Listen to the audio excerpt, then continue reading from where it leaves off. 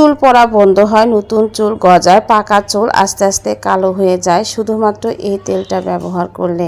চুলের যত রকমের সমস্যা আছে সব সমস্যার সমাধান হয়ে যাবে শুধু এই তেলটা ব্যবহার করলে।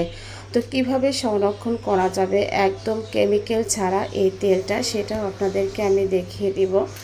আর এটা এত বেশি উপকারী যে বলে বোঝানো যাবে না। তো খুব সুন্দর করে এভাবে কিন্তু তেলটা এক সপ্তাহে একবার করে দিলেই হবে।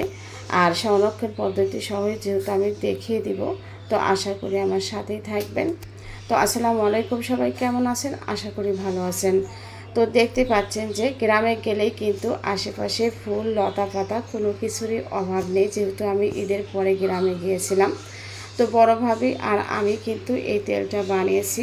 আর তেলটা যেহেতু উপকারী, তো ভাবলাম যে যেহেতু আসছি আর সব গাছগাছালি কিন্তু আমাদের বাড়ির আশেপাশেই পাওয়া যায়, বিশেষ করে যারা এখনও গ্রামে আছেন আমি মনে করব যে এই তেলটা অবশ্যই বানিয়ে নিয়ে আসবেন, তাহলে আপনাদের অনেক বেশি উপকার হবে। তো দেখেন কতগুলো গাছ তুলে নিয়ে আসছি। এখানে কালাকেশর গাছ আছে, হাতে সুর গাছ আছে। আমাদের অঞ্চলে আমি দেখিয়ে দিচ্ছি, হয়তো অন্য অঞ্চলে অন্য নামে চেনেন। এখানে আছে হচ্ছে নিম পাতা, এখানে আছে হচ্ছে জবা ফুল। জবা ফুলের পাতাও কিন্তু আমরা নিয়েছি হচ্ছে বড়ই পাতা।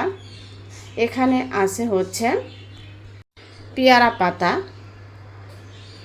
তো পেয়ারা পাতাও কিন্তু আমি নিয়েছি, যেহেতু আমরা অনেকগুলো তেল বানাবো যার কারণে আমরা পরবর্তীতে কিন্তু আরও বেশি করে উঠিয়ে নিয়ে আসছিলাম। তো এখানে আরও বিশেষ কিছু উপকরণ অ্যাড করব। তো সবগুলো আমরা একটুখানি কেটে পরিষ্কার করে ধুয়ে নিয়েছি। এটা আমি বড়োভাবে করেছি। এখানে কিন্তু আমরা কিছু মেহেদি পাতাও দিয়েছি, আর এলাচ, দারচিনি, লবঙ্গ, মেথি, কালো জিরা। এখানে আছে হচ্ছে পেঁয়াজ, আছে হচ্ছে রসুন। তো এর মধ্যে দেখতে পাচ্ছেন আমরা প্যারাশুটের হাফ লিটার করে আমরা 4টা বোতল নিয়েছি। তো আমরা পাতিলের মধ্যে কিন্তু তেলটা দিয়ে দিচ্ছি।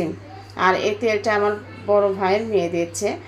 আর এই পাতিলটা অবশ্যই ঝাল থাকা যাবে না, মানে তরকারি পাতিলটা না হয় ভালো, ভাত যে রান্না করে সেই পাতিলটা হলেই ভালো হয়, না হলে হয়তো মাথায় একটু ঝাল ঝাল লাগতে পারে। তো যাই হোক, সবগুলো তেল আমরা দিয়ে দিব। এখন আমরা দিয়ে দিব হচ্ছে সেই লতা পাতা সব গাছগুলো।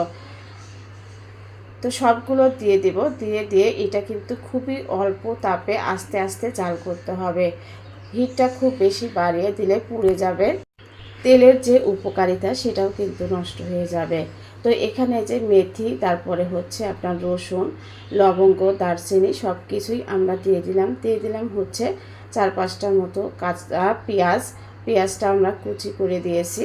তো এখন আমরা আস্তে আস্তে জাল করতে থাকবো। আর নাড়াচাড়া করছে হচ্ছে আমার বড় ভাইয়ের বড় মেয়ে। তো যাই হোক, আস্তে আস্তে জাল করে এই পর্যায়ে আসছে। তারপর আমি আরও একটু জাল করে তারপরে কিন্তু আমরা ঠান্ডা হতে রেখে দেব। তো দেখেন এরকম যখন হয়ে গেছে, চুলাটা বন্ধ করে আমরা ঠান্ডা হতে রেখে দিয়েছিলাম সারা রাতের জন্য।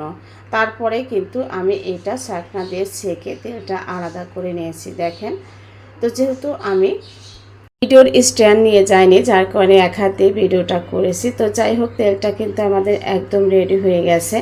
আর এটা সংরক্ষণ করবেন কিভাবে সেটা বলে দিচ্ছি। নরমাল ফ্রিজে রেখে দিবেন, সপ্তাহে একবার অল্প একটু বের করে মাথায় লাগিয়ে 1-2 ঘন্টা রেখে অথবা সারা রাত্রের জন্য রেখে দিবেন, তাহলে বেশি উপকার হয়।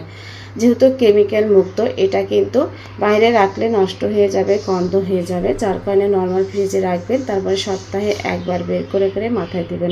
1 থেকে 2 ঘন্টা মাথায় রেখে তারপরে ধুয়ে ফেলবেন ওয়াশ করে।